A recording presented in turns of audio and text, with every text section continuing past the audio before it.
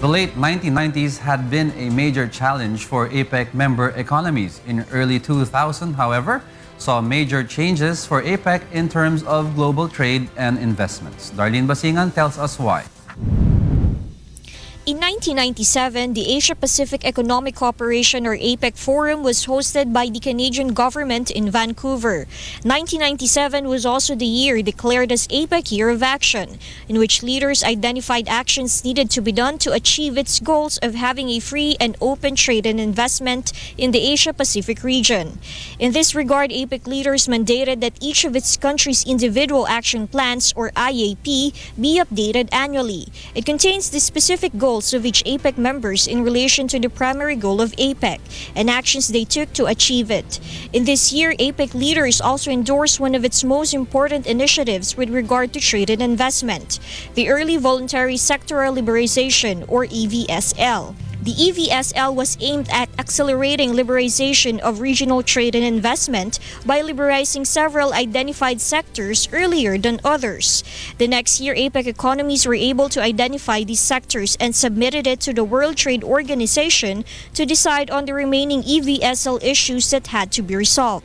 1997 was also the year that APEC experienced one of its biggest challenges, the Asian currency and financial crisis. The currency of a lot of Asian countries fell, resulting into an economic upheaval. Since the crisis started in mid-1997, experts said APEC wasn't able to create enough initiatives and recommendations for its affected members.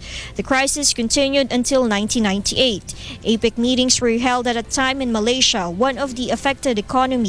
There, APEC leaders focus on creating initiatives and recommendations for its affected members' immediate recovery so that it won't spread to other regions anymore. Among the countries affected by the crisis were Indonesia, Philippines, Singapore, Hong Kong, South Korea, and Japan.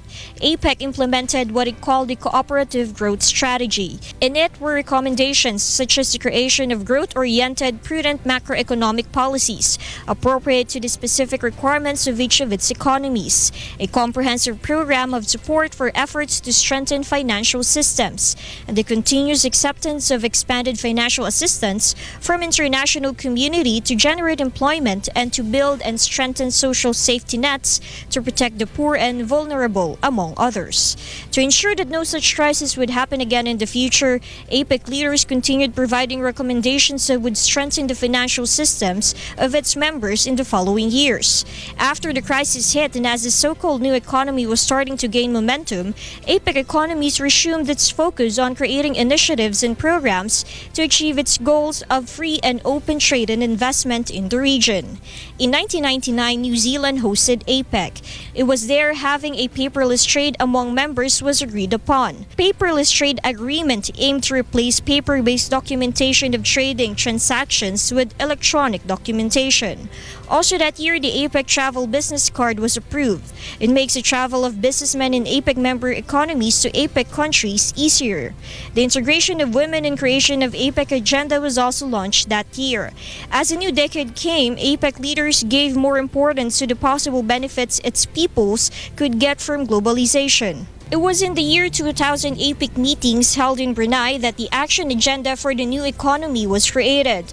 These were new industries like the internet that uses technology. The agenda contained goals aimed at increasing internet access in countries part of APEC. They also created the electronic IAPs that aimed to make peer reviews easier. In year 2001, APEC was hosted by China, where another important agreement was made, the Shanghai Accord. This was aimed at updating the bold goals of free trade and investment and broadening the APEC vision. The move came in relation to the continued global changes in trade and investment brought about by the new economy. In this year, APEC also released its first ever counter-terrorism statement in connection with a terrorist attack against the United States that happened also during that year. It can be said that the initiatives and agreements on trade and investment created by APEC resulted in the continued increase of the Asia-Pacific's GDP. This also resulted in a more open and easier process of trade and investment in the region, like the reduction in tariffs and regulatory red tapes. Darlene Basingan reporting for Y News.